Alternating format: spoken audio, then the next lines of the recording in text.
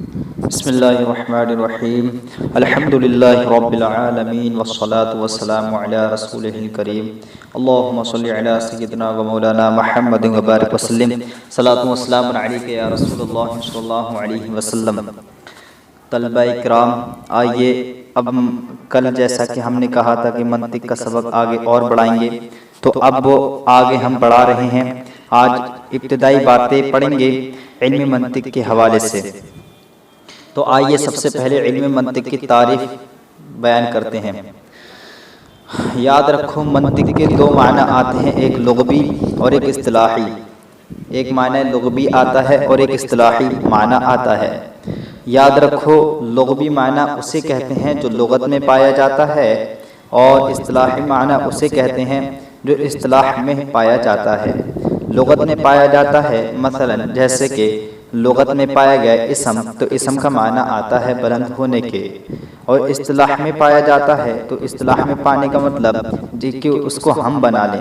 مثلا اسم کا معنی لغت میں تو بلند ہونے کے پایا گیا، لیکن اصطلاح اسے کہتے ہیں کہ ایک مخصوص جماعت اس کو بنائے۔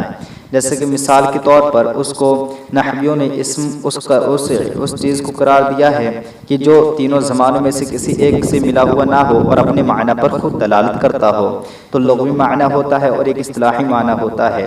لغوی معنی اس کا آتا ہے گفتگو کرنا، کیا گفتگو کرنا آتا ہے اس کا معنی، اور اصطلاحی معنی آتا ہے علم بقوانین تعصم مراعاتها الذہن عن الخطأ فی الفکر، یعنی ایسے قوانین کا جاننا جو اس کی رعایت کرنا ذہن کو خطا سے فکر میں بچائیں۔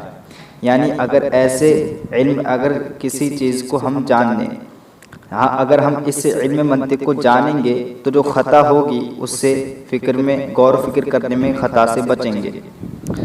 اس کا موضوع دیکھیں، اس کا موضوع ہے معلومات تصوریہ اور معلومات تصدیقیہ جو مجہول تصوری اور مجہول تصدیقی تک پہنچا دیں۔ تو معلومات تصوریہ، پہلے تو ہمیں یہ پتہ ہونا چاہیے کہ تصور اور تصدیق کسے کہتے ہیں۔ تو یاد رکھو، تصور اسے کہتے ہیں تصوریہ یعنی تصور، اور تصدیقیہ یعنی تصدیق۔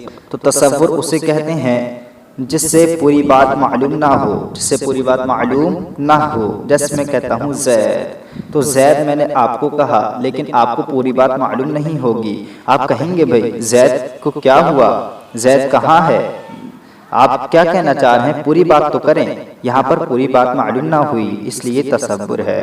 اب میں آپ سے کہتا ہوں کتاب، تو آپ کو پوری بات سمجھ میں نہیں آئی، آپ کہیں گے کتاب کو کیا ہوا، کتاب اچھی ہے بری ہے، چر گئی آ گئی، بھائی پوری بات معلوم نہیں ہوئی۔ آپ کہیں گے بھائی بات تو پوری بتائیں، تو یہ تصور ہے، کیونکہ تصور میں پوری بات معلوم نہیں ہوتی ہے۔ کوئی اور مثال لے سکتے ہیں آپ، بھائی مثال کے طور پر میں کتنا بھی بڑا جملہ ہو لیکن اگر اس میں بات پوری نہیں تو اسے تصور ہی کہیں گے۔ میں کہتا ہوں زید کا غلام کے بھائی کے بھائی کے بھائی کے لڑکے کا ماموں، اس میں نے اتنی بڑی بات کہی، زید کے غلام کے ماموں کے بھائی کے بھائی کے بھائی کا ماموں، تو اس میں اتنی بڑی بات کہنے کے باوجود لیکن اس میں کوئی بات پتہ نہ چلی کہ میں کہنا کیا چاہ رہا ہوں، اس لیے تصور ہے۔ اور تصدیق اسے کہیں گے جس میں پوری بات معلوم ہو جائے، تصدیق اسے کہیں گے جس میں پوری بات معلوم ہو جائے۔ مثال کے طور پر میں آپ سے کہتا ہوں زید کھڑا ہے، تو آپ فوراً ہی سمجھ جائیں گے اچھا زید کھڑا ہے، ابھی کیا کر رہا ہے زید، کون سے کام کر رہا ہے، کھڑے ہونے کا کام کر رہا ہے۔ میں آپ سے کہوں گا زید بول رہا ہے، آپ سمجھ جائیں گے اچھا زید کون سا کام کر رہا ہے، بولنے کا کام کر رہا ہے۔ میں آپ سے کہوں گا زید چھت پر ہے، آپ سمجھ جائیں گے زید کہاں پر ہے، چھت پر ہے۔ تو تصدیق اسے کہیں گے جس سے پوری بات معلوم ہو جائے، اور تصور اسے کہیں گے جس سے پوری بات معلوم نہ ہو۔ تو موضوع وہ معلومات تصوریہ اور معلومات تصدیقیہ جو مجہول تصوری اور مجہول تصدیقی تک پہنچائیں۔ اب اس کو سمجھیے اچھے طریقے سے۔ مثلا معلومات تصوری، دیکھیے ایک جگہ ہمارے پاس فرض کیجئے دو پین اپنے ہاتھ میں لیجئے اور ایک جگہ اس کو رکھیے اور دوسری جگہ ایک پین کو رکھیے، پھر ایک پین ہمارا معلوم ہے، ایک پین ہمارا معلوم ہے اور ایک پین ہمارا نامعلوم ہے۔ ایک پین ہمارا معلوم وہ دائیں جانب رکھ لیا، ایک پین ہمارا نامعلوم اس کو بائیں جانب رکھ لیا۔ اب جو ہمیں دائیں جانب والا معلوم ہے اس کے ذریعے ہم حاصل کریں گے نامعلوم کو جو ہمارے بائیں جانب ہے۔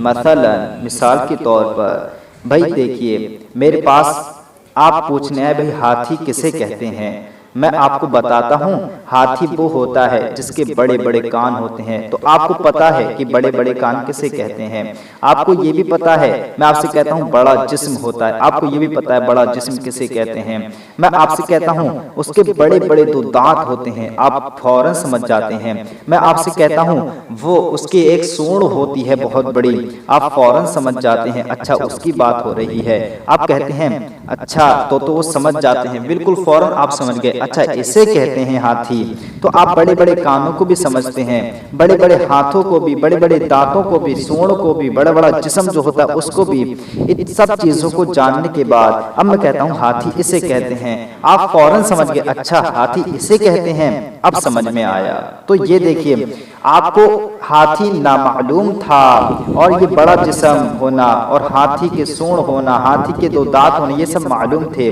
تو آپ معلوم کے ذریعے کیا حاصل کیا، آپ نے نامعلوم کو حاصل کر لیا۔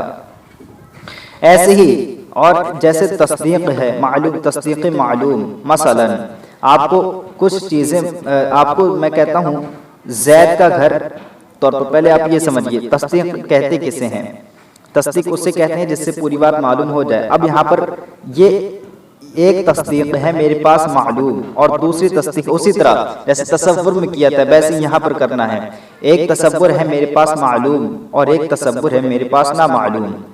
اب جو میرے پاس معلوم تصور ہے میں اس کے ذریعے کیا حاصل کروں گا، نامعلوم تصور کو حاصل کروں گا، وہ تصدیق کو حاصل کروں گا۔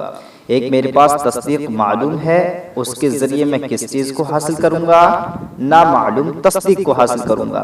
تو دائیں جانب میرے ہے معلوم تصدیق اور بائیں جانب میرے ہے نامعلوم تصدیق، تو اب معلوم تصدیق سے نامعلوم تصدیق کو حاصل کر لوں گا۔ مثلا مجھے زید کا گھر معلوم نہیں ہے، میں آپ سے کہتا ہوں بھئی زید کا گھر کہاں ہے، اب مثلا مجھے عمر کا گھر معلوم ہے، آپ کہتے ہیں عمر کے گھر کے سامنے، میں فوراً سمجھ جاتا ہوں اچھا عمر کا گھر تو فلا فلا جگہ پر ہے، تو اچھا فوراً ٹھیک اس کے جسٹ سامنے کس کا گھر ہے، زید کا گھر ہے، تو عمر کا گھر جاننے سے مجھے کس کا گھر پتہ چل گیا، زید کا گھر پتہ چل گیا۔ ابھی تک مجھے زید کے گھر سے میں مجہول تھا، جاہل تھا، لیکن اب مجھے پتہ چل گیا۔